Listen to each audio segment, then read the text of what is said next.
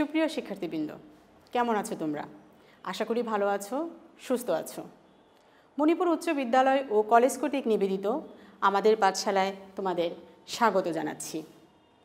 আমি আবারও তোমাদের সামনে উপস্থিত হয়েছি তাপগতিবিদ্যা অধ্যায়টি নিয়ে।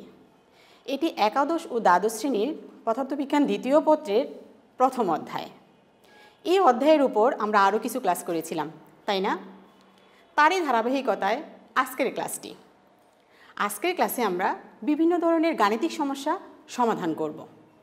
কিন্তু তার আগে আমরা এই অধ্যায়ের কিছু গুরুত্বপূর্ণ অংশ নিয়ে আলোচনা করব এবং আমরা অঙ্কগুলো করার ক্ষেত্রে অর্থাৎ গাণিতিক সমস্যার সমাধানের জন্য আমাদের যে সমীকরণগুলো লাগবে সেগুলো আরেকটু স্মরণ করে নিব, ঠিক আছে?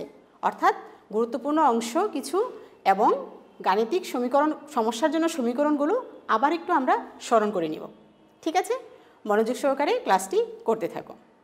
চলো আমরা মূল ক্লাসে যাই। দেখো, আমরা বিগত ক্লাসে দেখেছিলাম যে এখানে তাপগতিবিদ্যার যে প্রথম সূত্রটি বিজ্ঞানী জোল খুব সুন্দরভাবে বিবৃতি এবং ব্যাখ্যা করেছিলেন।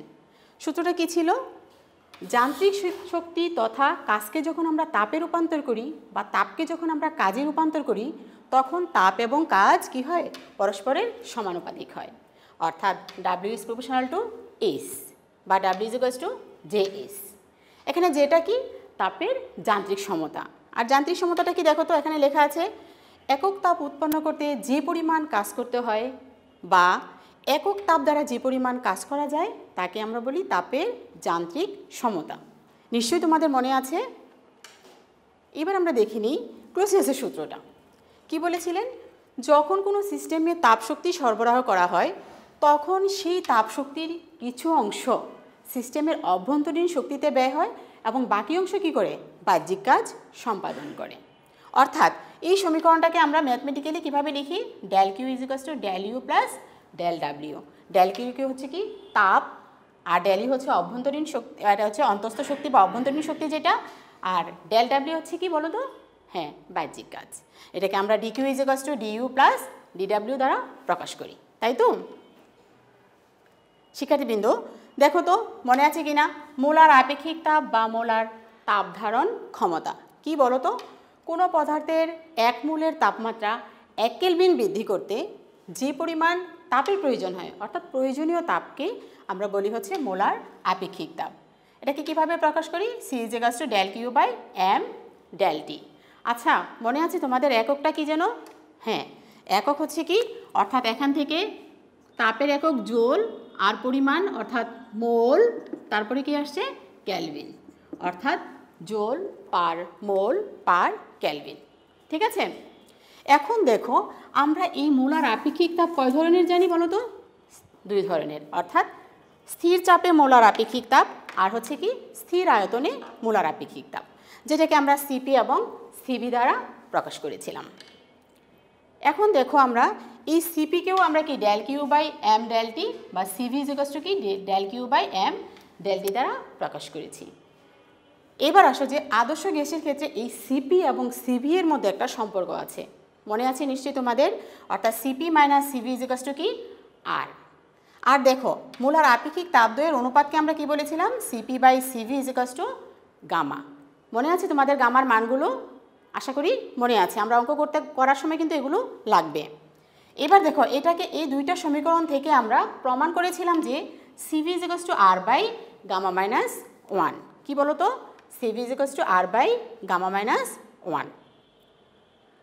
শিক্ষার্থীবৃন্দ দেখো, প্রয়োজনীয় গ্যাস দ্বারা কৃত কাজ। এখানে আমরা দেখো কোনো তাপগতীয় ব্যবস্থার বা সিস্টেমের পাত্রে আবদ্ধ গ্যাস অবস্থা 3টি তাপগতীয় চলরাশি বা তাপগতীয় স্থানাঙ্কের পরিবর্তন দ্বারা নির্ধারিত হয়, তাই তো? তাহলে এদের উপর ভিত্তি করে আমরা কয় ধরনের প্রক্রিয়া জেনেছিলাম? 4 ধরনের প্রক্রিয়া জেনেছিলাম। কি কি ছিল? সমচাপ প্রক্রিয়া, সম আয়তন প্রক্রিয়া, সমুষ্ণ প্রক্রিয়া আর ছিল রৌদ্রতাপীয় প্রক্রিয়া। এখন দেখো, আমরা এই প্রক্রিয়াগুলো দিয়ে আমরা গত ক্লাসে মানে যে কাজের সমীকরণ এবং তাপগতিবিদ্যার প্রথম সূত্রটি কেমন দাঁড়ায় তা কিন্তু আমরা প্রুভ করেছিলাম। এখন আমরা জাস্ট একটু স্মরণ করে নিই সমীকরণগুলো। দেখো, যে তাপগতীয় প্রক্রিয়ায় সিস্টেমের চাপের কোনো পরিবর্তন হয় না তাকে আমরা কি বলেছি? সমচাপ প্রক্রিয়া বলেছি। এখন দেখো, এখানে এটার সমীকরণটা কি ছিল? DW is equals two PDV. আবার কি ছিল, কাজ সমান সমান এনআর ডিটি। এখন এই তাপগতিবিদ্যার প্রথম সূত্রটি কীরকম দাঁড়াবে দেখো তো, DQ is equals to DU plus DW বা DQ is equals to DU plus NR DT, অর্থাৎ এখান থেকেই মানগুলো এখানে বসিয়ে দেওয়া হয়েছে। শিক্ষার্থীবৃন্দ, এবার দেখো সম আয়তন প্রক্রিয়া কি বলো তো, যে প্রক্রিয়ায় আয়তন কি থাকে, স্থির থাকে, অর্থাৎ আয়তনের কোনো পরিবর্তন হয় না, তাহলে সেই প্রক্রিয়াটাকে আমরা বলি সম আয়তন প্রক্রিয়া। অর্থাৎ দেখো DW is equals two PDV, তাহলে ডিভি এর মান যদি তোমার এখানে পরিবর্তন যদি না হয় তাহলে কি পাচ্ছি আমরা, কাজের মান 0 পাচ্ছি। এখন দেখো তাপগতিবিদ্যার প্রথম সূত্রটিকে আমরা কি লিখতে পারি এখানে, DQ is equals to DU plus DW. তাহলে সম আয়তন প্রক্রিয়ায় যেহেতু এখানে ডিভি এর পরিবর্তন নাই, কাজ যেহেতু 0 হয়ে গেল, আমরা দেখতে পেলাম কি ডিকিউ ইজ ইকুয়ালস টু হচ্ছে ডিইউ, অর্থাৎ তাপ কি সরবরাহকৃত তাপের সম্পূর্ণটাই কি করে এখানে অভ্যন্তরীণ শক্তি বৃদ্ধির কাজে ব্যবহৃত হয়। ঠিক আছে, এবার দেখো সমষ্ণ প্রক্রিয়া, যে প্রক্রিয়ায় সিস্টেমের কি তাপমাত্রা স্থির থাকে সেই প্রক্রিয়াটাকে আমরা বলেছি কি সমষ্ণ প্রক্রিয়া। আর এই সমষ্ণ প্রক্রিয়ার কৃত কাজের ইকুয়েশন দুটো কি কি দেখো, W is equals to nRT ln V two by V one, অথবা এই যে এটা থেকে আমরা লিখতে পারি আবার কি W is equals to nRT লন পি1 বাই পি2।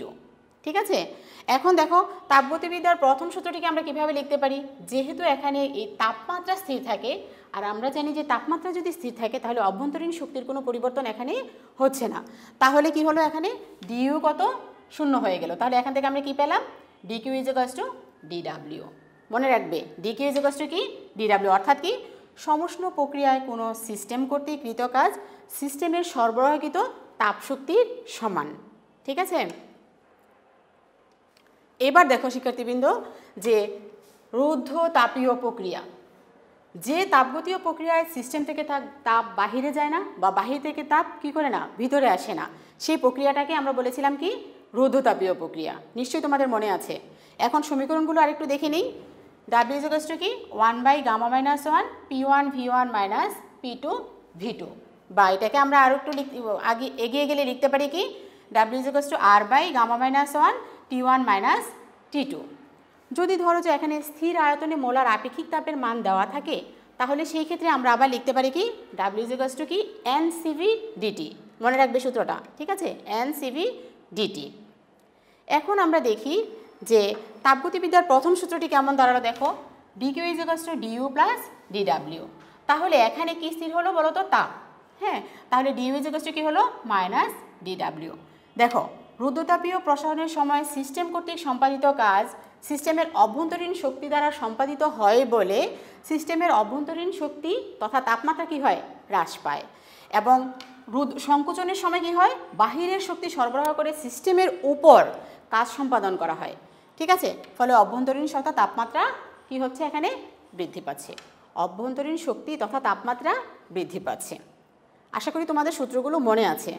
ঠিক আছে, এইবার আমরা আরও কিছু সূত্র দেখি। দেখো তাপগতীয় স্থানাঙ্কগুলোর বিভিন্ন সম্পর্কগুলো দেখো, সমষ্ণ প্রক্রিয়া আর রুদ্ধতাপীয় প্রক্রিয়ার ক্ষেত্রে আমরা দেখছি এখানে পিইউ-ভি এর মধ্যে সম্পর্ক, মানে কি তাপমাত্রা এবং আয়তন, তাপমাত্রা এবং চাপ। যেহেতু সমষ্ণ প্রক্রিয়ায় তাপমাত্রা স্থির থাকে তাই টি এবং পি এর মধ্যে কোনো সমীকরণ এখানে নেই, তাহলে কি আছে এখানে পিভি ইজ ইকুয়ালস টু ধ্রুবক, তাহলে এটাকে আমরা লিখতে পারি কি P one V one equals to P two V two. তাহলে রুদ্ধতাপীয় প্রক্রিয়ায় আমরা কি লিখবো দেখো তো, P V gamma is equals to ধ্রুবক। ঠিক আছে, তারপরে এখান থেকে আমরা কি লিখতে পারি T V gamma minus 1 equals to ধ্রুবক, তাহলে T P 1 minus gamma divide by gamma is equals to ধ্রুবক। এই সূত্রগুলো আমরা কি করব অঙ্কের জন্য কি ভালোভাবে মনে রাখবো, কারণ সূত্রগুলো ভুল হয়ে গেলে তোমার অঙ্ক কিন্তু ভুল হয়ে যাবে। ঠিক আছে শিক্ষার্থীবৃন্দ, আমরা গুরুত্বপূর্ণ যে সূত্রগুলো আছে এবং গুরুত্বপূর্ণ যে অংশগুলো আছে তাপগতিবিদ্যার প্রথম সূত্র থেকে আমরা একটু দেখে নিয়েছি। এখন চলো আমরা কিছু গাণিতিক সমস্যা সমাধান করি। দেখো অক্সিজেনের ক্ষেত্রে সিপি ও সিভি এর মান নির্ণয় করো। কার ক্ষেত্রে এটা বলেছে? অক্সিজেন। নিশ্চয়ই তোমাদের মনে আছে অক্সিজেন কি দ্বিপারমাণবিক গ্যাস, আর দ্বিপারমাণবিকের ক্ষেত্রে বলো তো গামায়ের মান কত? হ্যাঁ 1.4। তাহলে এখানে দেখো আমরা তো সূত্রটাকে প্রমাণ করেছিলাম যে সিভি ইজ ইকুয়ালস টু কি আর বাই গামা মাইনাস 1। তাহলে এখানে আমরা গামার মানটা অক্সিজেন যেহেতু এখানে আছে অক্সিজেনের ক্ষেত্রে যে গামায়ের মানটা 1.4 এখানে বসিয়ে দেব। আর আর এর মান তো তোমাদের সবার জানা, কি বলো তো? হ্যাঁ, 8.31 জোল পার মোল পার কেলভিন। তাহলে এখান থেকে মানটা বসিয়ে দিয়ে আমরা এখান থেকে কি পাবো? সিভি এর মানটা পেয়ে যাব। এবার দেখো তো আমরা আবার জানি কি CP minus CV equals to কি আর। যেহেতু সিভি এর মানটা আমাদের কাছে আছে, তাহলে আর প্লাস সিভি। তাহলে এখান থেকে আমরা সিপি এর মানটাও বের করে ফেললাম। ঠিক আছে, চলো এবার আমরা আরেকটা অঙ্ক দেখি। এখানে দেখো এখানে কি বলা আছে, যে একটু খেয়াল করে দেখো যে নিচে 3টি তাপগতীয় প্রক্রিয়ার উপাত্ত দেওয়া হয়েছে। ঠিক আছে, 3টা এখানে উপাত্তগুলো দেখো, 3টা প্রক্রিয়া আছে এখানে। কি কি প্রক্রিয়া? প্রথমে আছে কি ডিকিউ, তারপরে আছে ডিইউ, তারপরে আছে কি ডিডাব্লিউ। এখন তোমাকে প্রথমে বলেছে এখানে দেখো, এখানে ডিকিউ এর মান আছে 200, ডিইউ হচ্ছে কত 0, আর ডিডাব্লিউ কত? আচ্ছা, আমরা তো এখানে তাপগতিবিদ্যার প্রথম সূত্রটা জানি কি DQ is equals to DU plus DW. আচ্ছা বলো তো, যদি ডিইউ এর মান 0 আসে, যদি তোমার অন্তঃস্থ শক্তির পরিবর্তন না হয়, তাহলে সেই প্রক্রিয়াটাকে আমরা কি প্রক্রিয়া বলেছিলাম? হ্যাঁ, সমুষ্ণ প্রক্রিয়া। তাহলে এখানে আমরা লিখে দিব কি সমুষ্ণ প্রক্রিয়া।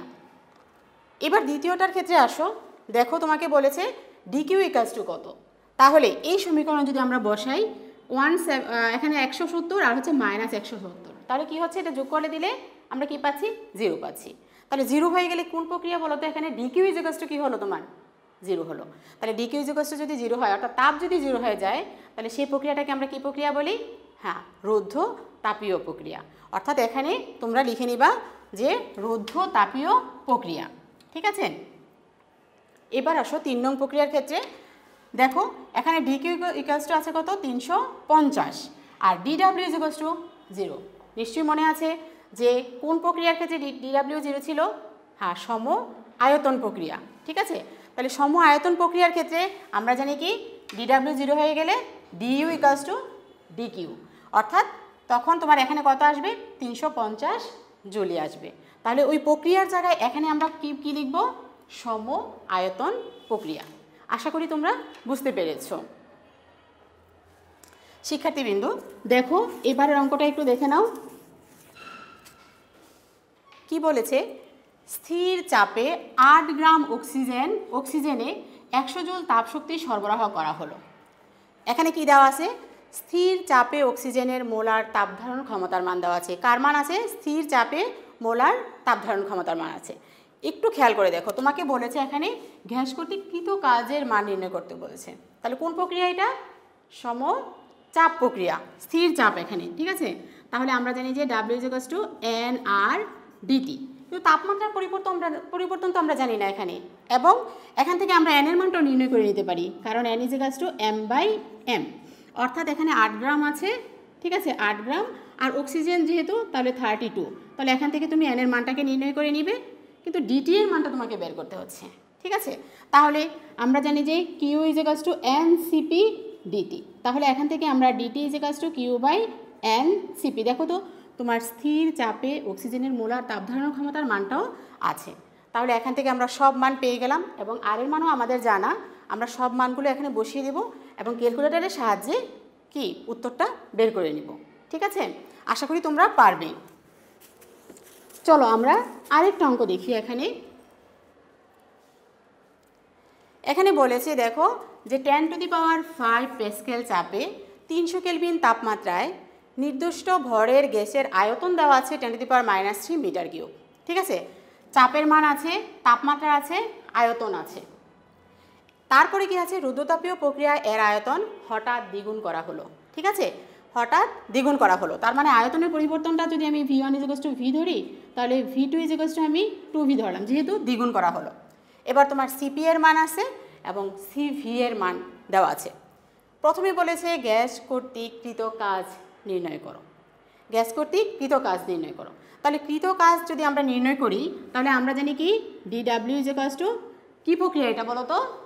এটা হচ্ছে রুদ্ধ তাপীয় প্রক্রিয়া। তাহলে রুদ্ধ তাপীয় প্রক্রিয়ার ক্ষেত্রে আমরা কি জানি না? N C V D T. ঠিক আছে, এনসিভি ডিটি। তাহলে এটা থেকে তো আমরা লিখতে পারি এনসিভি T1 - T2। তাহলে আমার কী কী লাগতেছে এখানে বের করা লাগবে দেখো। প্রথমে আমাকে এন এর মানটা বের করে নিতে হচ্ছে। তাহলে এন এর মানের জন্য আমরা যাচ্ছি হচ্ছে দেখো কোন সূত্রে যাচ্ছি, P V equals to N R টি।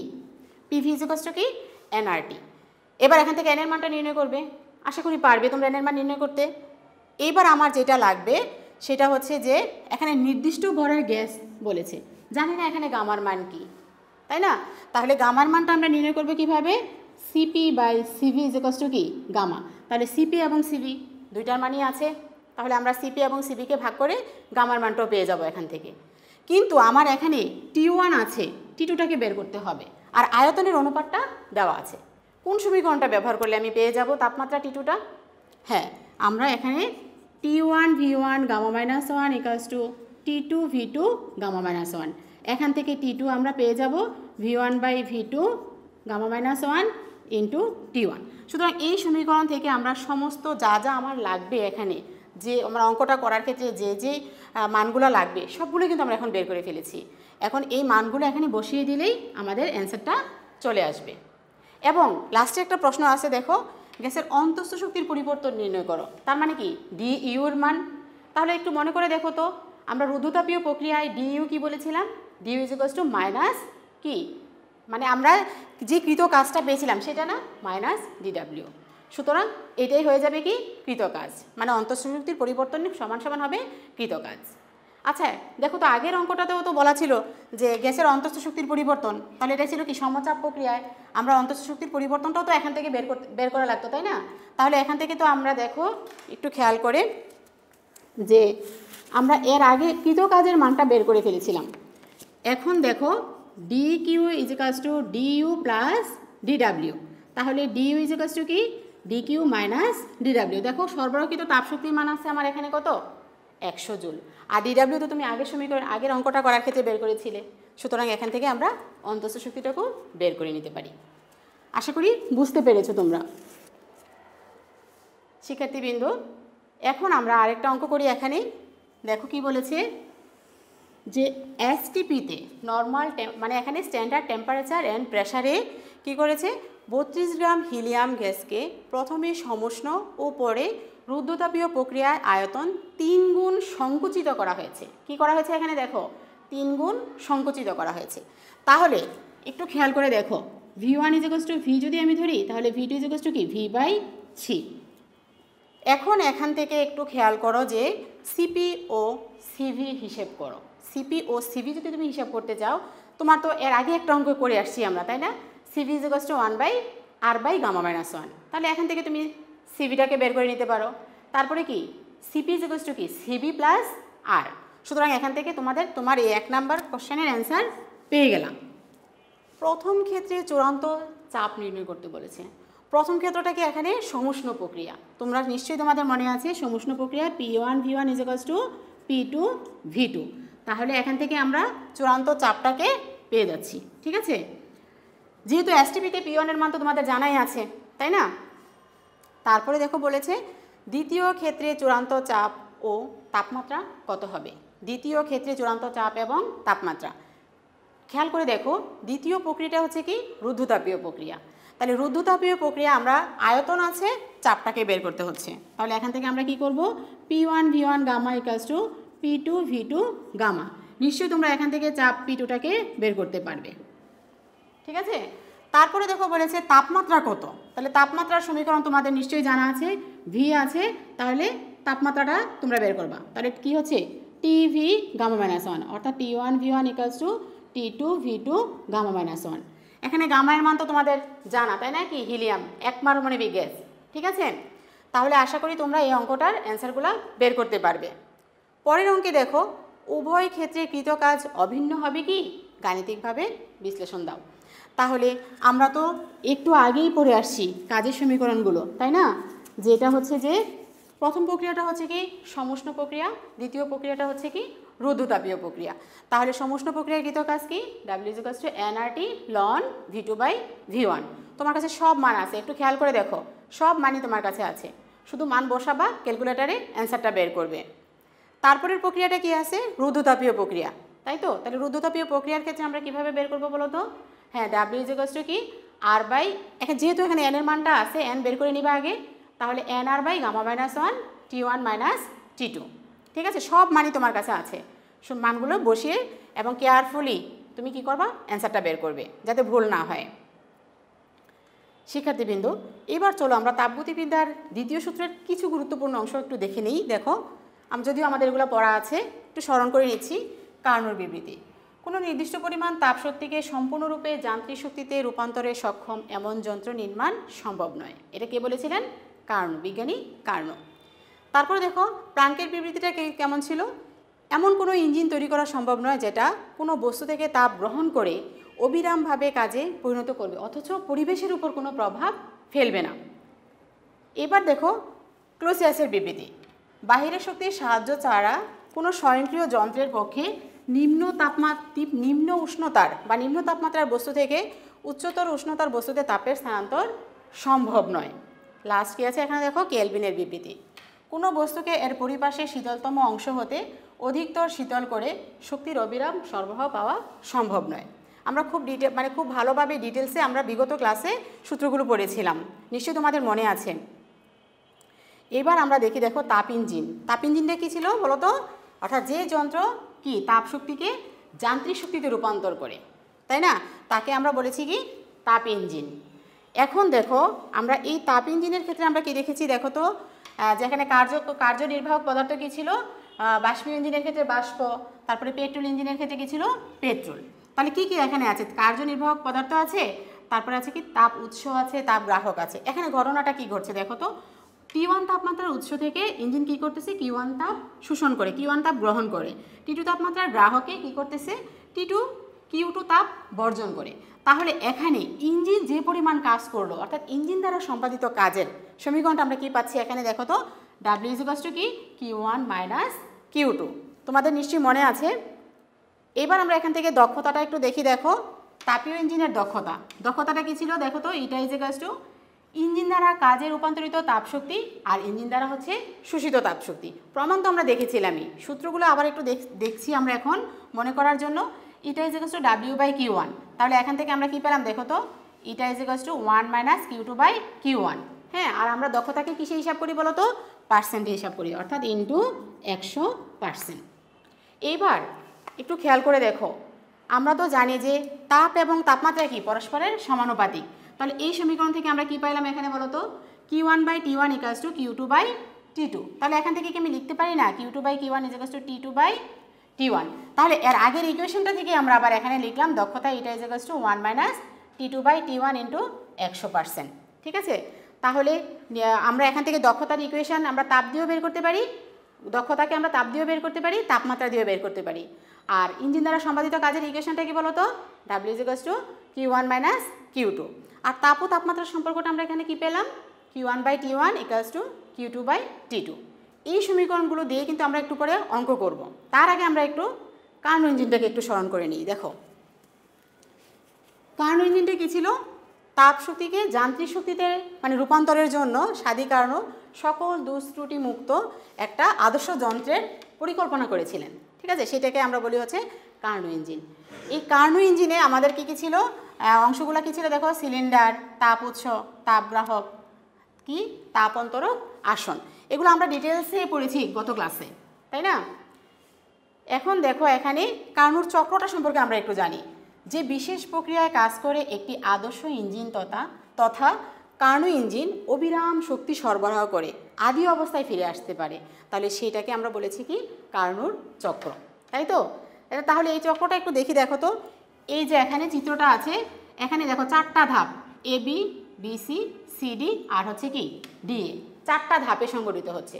তাহলে এখানে দেখো AB হচ্ছে সমুষ্ণ প্রসারণ, BC হচ্ছে রুদ্ধতাপীয় প্রসারণ, CD হচ্ছে সমুষ্ণ সংকোচন, DA হচ্ছে কি রুদ্ধ তাপীয় সংকোচন। অর্থাৎ সে কী করছে? আদি অবস্থায় ফিরে আসে। ঠিক আছে, আদি অবস্থায় ফিরে আসে। তাহলে আমরা এই ক্ষেত্রে যে বিভিন্ন এখানে কাজের সমীকরণ কাজ কত, এখানে কাজ কত, অর্থাৎ বিভিন্ন ধরনের তোমার এখানে প্রশ্ন থাকতে পারে। চলো আমরা এগুলো দিয়েও কিছু গাণিতিক সমস্যা দেখে নিই। দেখো একটি তাপ ইঞ্জিন দেখো এখানে উৎস থেকে এত তাপমাত্রার উৎস হতে এত জুল তাপ গ্রহণ করে কার্য সম্পাদন শেষে 27 ডিগ্রি সেলসিয়াস তাপমাত্রার তাপগ্রাহকে কিছু তাপ বর্জন করে। জাস্ট উদ্দীপকটা যদি এভাবে থাকে, এখন দেখো তাপগ্রাহকে বর্জিত তাপের পরিমাণ কত, তোমার কি কি আছে এখানে একটু খেয়াল করে দেখো। T1 আছে, T2 আছে, Q1 আছে, তাহলে তোমাকে বলছে Q2 বের করতে। জাস্ট একটু আগে তো আমরা সূত্রটা দেখে আসছি, তাই না? Q1/T1 = Q2/T2। ইঞ্জিন দ্বারা সম্পাদিত কাজ কত মনে আছে? ইঞ্জিন দ্বারা সম্পাদিত কাজ W = Q1 - Q2। আর এটার ক্ষেত্রে আমরা কি বের করবো বলো তো? Q1/T1 = Q2/T2। এবার দেখো ইঞ্জিনটির দক্ষতা কত। ইঞ্জিনের দক্ষতা এখানে তাপ এবং তাপমাত্রা বলেছি কি যে কোনো একটা দিয়ে তুমি বের করতে পারো, অর্থাৎ এটা = 1 - T2/T1 × 100%। মান তোমার T1 আছে, T2 আছে, মানগুলো বসিয়ে দিবে এবং ক্যালকুলেশন করে অ্যান্সারটা বের করবে। ইঞ্জিনটির দক্ষতা দ্বিগুণ করা সম্ভব কিনা। একটা জিনিস খেয়াল করো যে আমরা জানি যে কোনো ইঞ্জিনই কী হতে পারে না, তার দক্ষতা 100% হতে পারে না। অর্থাৎ 100% হওয়ার জন্য কন্ডিশন কি, অর্থাৎ তোমার এখানে যে গ্রাহকের তাপমাত্রা কী হতে হবে, 0 হতে হবে, অথবা উৎসের তাপমাত্রা ইনফিনিটিভ হতে হবে, যা কখনোই সম্ভব না।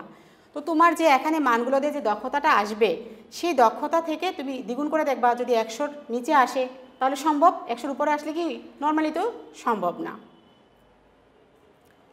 এবার দেখো এখানে বলছে যে ইঞ্জিনের দক্ষতা দ্বিগুণ করার জন্য কি কি ব্যবস্থা তুমি নিতে পারো। কি কি ব্যবস্থা নিতে পারো বলো তো? অর্থাৎ তোমার এখানে তাপমাত্রা দুটো আছে, উৎসের তাপমাত্রা আর হচ্ছে কি গ্রাহকের তাপমাত্রা। তুমি উৎসের তাপমাত্রা চেঞ্জ করতে পারো অথবা গ্রাহকের তাপমাত্রা চেঞ্জ করে তুমি এটাকে বের করে নিতে পারো। ইঞ্জিনের দক্ষতা 60% হলে তাপ উৎসের তাপমাত্রা কত বৃদ্ধি বা তাপগ্রাহকের তাপমাত্রা কত হ্রাস করা প্রয়োজন। তার মানে তুমি কি করবা, প্রথমে তুমি এখানে 60 এটার মান তুমি 60% ধরে নিবা এবং প্রথমে উৎসের তাপমাত্রা বের করবা, T2 ঠিক রাখবা, T1 বের করবা, ঠিক আছে? তারপর কি করবা, এটা থেকে T1 প্রাইম ধরবা, এটাকে T1 থেকে মাইনাস করে দিয়ে দেখাই দিবা যে কত বৃদ্ধি করা লাগলো তোমার এখানে। ঠিক একইভাবে পরেরটাকে গ্রাহকের তাপমাত্রাটা আবার বের করবা, উৎসের তাপমাত্রা ঠিক রেখে গ্রাহকের তাপমাত্রা বের করবা এবং কম্পেয়ার করবা এটার সাথে, তাহলে কত হ্রাস করা লাগলো। ঠিক আছে? এখন দেখো ইঞ্জিনের দক্ষতা বৃদ্ধি করবে তুমি উৎসের তাপমাত্রা বাড়াবে নাকি সমপরিমাণ গ্রাহকের তাপমাত্রা কমাবে। এই অঙ্কটাও তোমরা পারবে, এর আগের ক্লাসে এই অঙ্কটা তোমাদেরকে বুঝিয়ে দেওয়া হয়েছিল। এবার কিন্তু তোমরা আবার নিজে নিজে চেষ্টা করো, দেখো পারো কি না। এই অঙ্কটাও তোমাদের দেখো এখানে T1 দেওয়া আছে, তোমাদের এখানে বলছে 1 মোল দ্বিপারমাণবিক গ্যাস T2 এর মান কত, তাই না? তাহলে T2 এর মান তো তুমি এখান থেকে বের করতে পারোই, ঠিক আছে? এই BC রেখার ক্ষেত্রে তুমি T2 এর মানটাকে বের করবা। ইঞ্জিনের দক্ষতা যদি T2 এর মান বের করতে পারো 1 - T2/T1 × 100%, আশা করি পারবে। এবি অংশের কৃত কাজ, এবি অংশ কি রুদ্ধতাপীয় মানে কি সমুষ্ণ প্রক্রিয়া, এখন তো তোমাদের কোনো সমস্যা হওয়ার কথা না। তারপরে BC অংশের কৃত কাজ, তাও সমস্যা হওয়ার কথা না, রুদ্ধতাপীয় প্রক্রিয়ার ক্ষেত্রে বের করবা। BC রেখার ক্ষেত্রে অন্তঃস্থ শক্তির পরিবর্তন মানে কি DU আর DW, তাই তো? আর এখানে কি এবি অংশের কৃত তাপের পরিমাণ কি বলো তো? এখানেও কিন্তু তোমার সব কিন্তু আমরা আগেই পড়ে আসছি সব কিছু। শিক্ষার্থীবৃন্দ, আমরা ইঞ্জিন দ্বারা এখানে বর্জিত তাপের মানটাও নির্ণয় করব কোন সূত্রের মাধ্যমে বলো তো? Q1/T1 = Q2/T2। আশা করি তোমরা ক্লাসটি ভালোভাবে বুঝতে পেরেছো। এই বাড়ির কাজটি তোমরা করে নিবে। অ্যাকচুয়ালি আজকের যে ক্লাস সবটাই বাড়ির কাজের মতোই ছিল, জাস্ট আমি সমীকরণগুলো তোমাকে বুঝিয়ে দিয়েছি আর অঙ্কগুলো একটু বুঝিয়ে দিয়েছি। কাজ কিন্তু তোমাদেরকেই করতে হবে, অ্যান্সার তোমাদেরকেই বের করতে হবে। ক্যালকুলেটরের সাহায্যে সবগুলো অঙ্কই তোমরা নিজেরা বাসায় প্র্যাকটিস করবে, ঠিক আছে? তোমরা ভালো থাকো, সুস্থ থাকো, আগামী ক্লাসে আবার দেখা হবে। সবাইকে ধন্যবাদ।